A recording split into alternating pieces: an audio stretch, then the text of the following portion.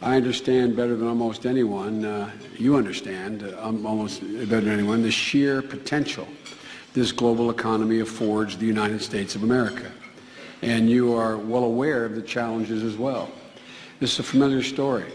In the post-war era, post-World War II era, we faced a slightly different set of challenges. As the global economy reemerged from the destructions of war, we knew that institutions and rules were needed to navigate through this new world order. And because our parents and grandparents were wise and because they were committed, we did what we've always done best.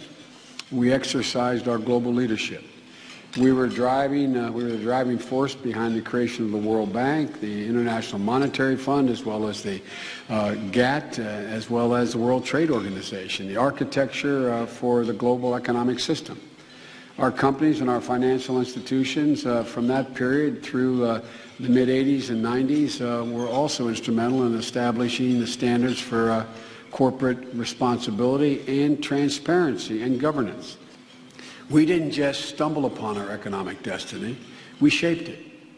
We shaped our economic destiny. And now we have to reshape it. It's a different world. All's changed.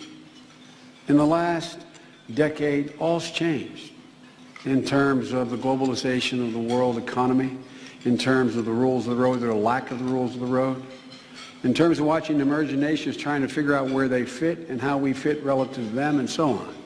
And so these institutions that the affirmative task we have now is to actually create a new world order, because the global order is changing again. And the institutions and the rules that worked so well in the post-World War II era for decades, they need to be strengthened, and some have to be changed. So we have to do what we do best. We have to lead. We have to lead. We have to update the global rules of the road. We have to do it in a way that maximizes benefits for everyone, because obviously it's overwhelmingly in our interest. This is not a zero-sum game. It's overwhelmingly in our interest that China prosper, that Mongolia prosper, that nations big and large, East and West, in Latin America and in Africa prosper. Because, you know that old expression, they asked Willie Sutton why he robbed banks. He said, that's where the money is. We want everybody to have a little money to make sure they can buy. That's the paradox of this new global order. So much of our success depends on the success of those with whom we compete.